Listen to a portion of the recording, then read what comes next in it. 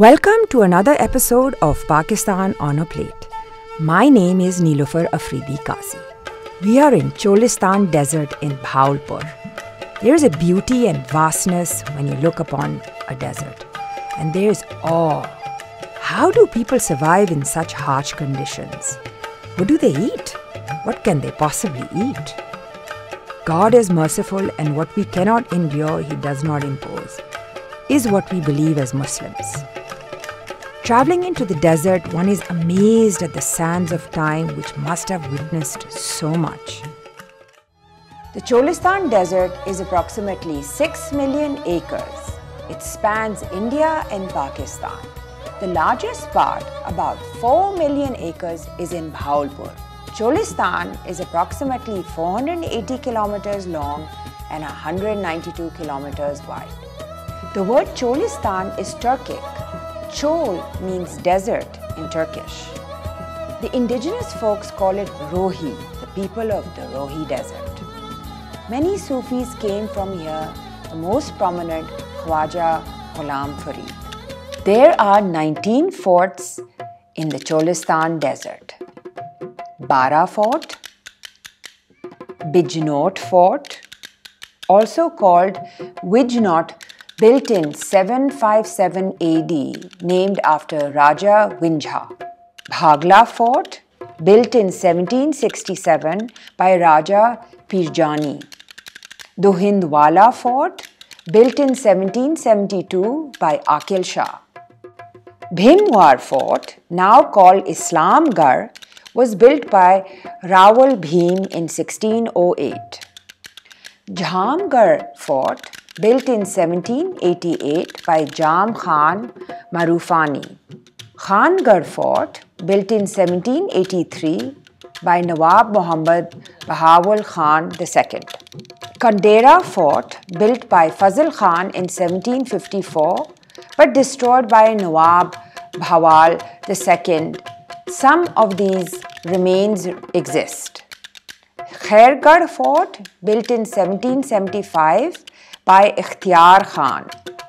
Murid Fort, built by Haji Khan in 1777 but was damaged in the floods of 1805. Mojgarh Fort, built by Nawab Muhammad Maruf Khan in 1743.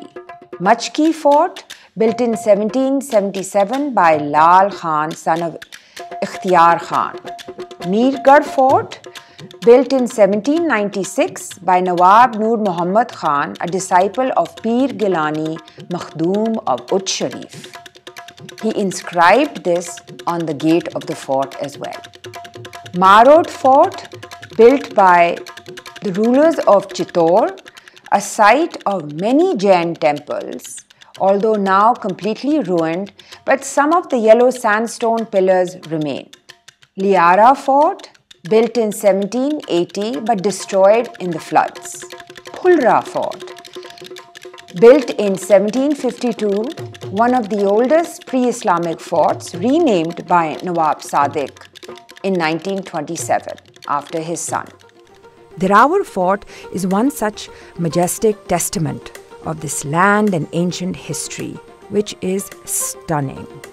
But inside it is crumbling due to neglect and the harsh conditions of the environment. Dhirawar Fort. This area was once on the banks of Gaggar, now known as Hakra River.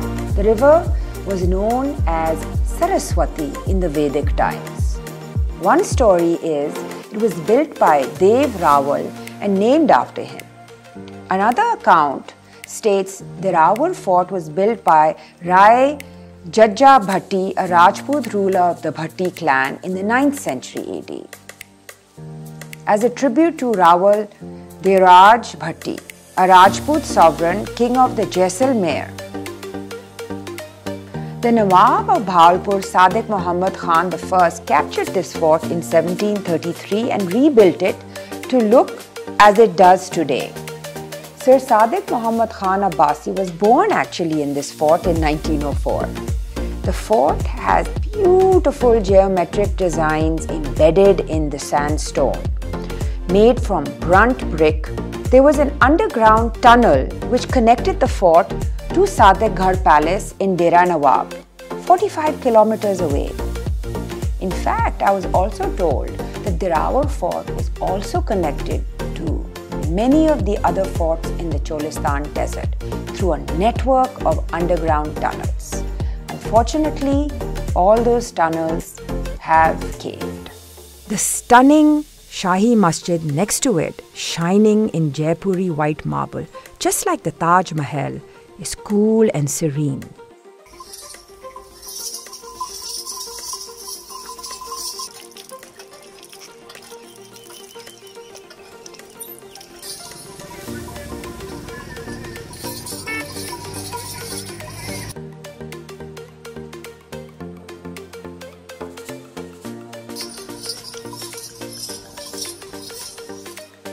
What could the Rohi people, the desert folks, eat which is interesting? Let's go find out. Khumbi. I know we have mushrooms and morels in Pakistan, but I always associated it with Swat, Dir and Kohistan, not the scorching heat of Cholistan desert in Bhaulpur.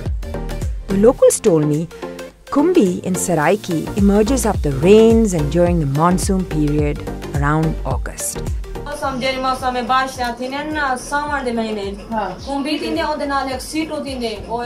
Khumbi is cooked fresh or dried.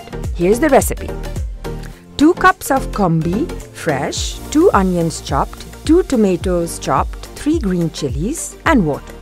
First chop the khumbi into pieces and soak them in water for an hour.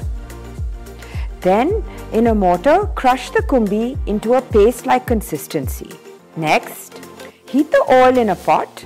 Once it's warmed, add the onions until they are browned. Next, add the garlic and the remaining spices and condiments to make a lovely sauce. The tomatoes go in last. Once all is blended and fragrant, then add the khumbi. Add the water as needed to ensure the gravy is nice and smooth. Let it cook for about 15-20 minutes.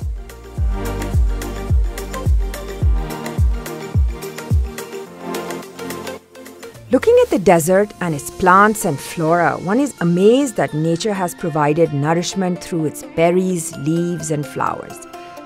Its people are fed and kept safe.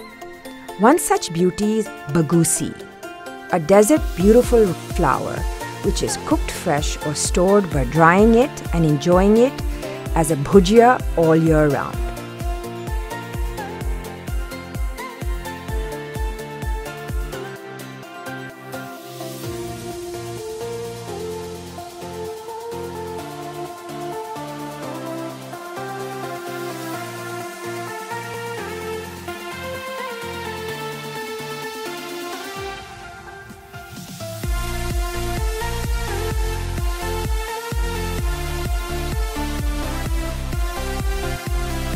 Here's the recipe for Phagussi. Soak the Phagussi in water to clean it.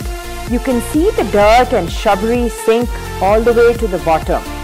Strain it out then, clean the water and boil it for 30 minutes. Once it's boiled, strain it out and then pour cold water over it.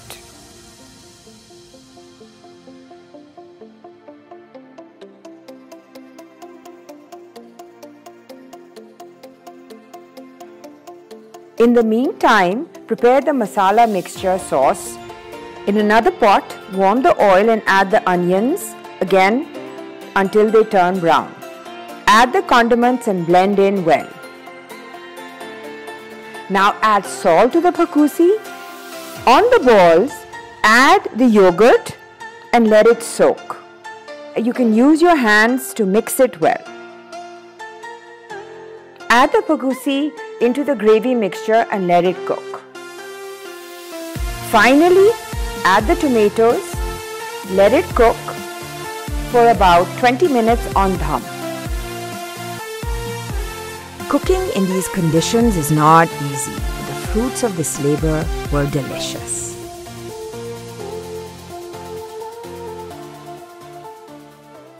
I hope you enjoyed this part of the Bhaulpur recipe.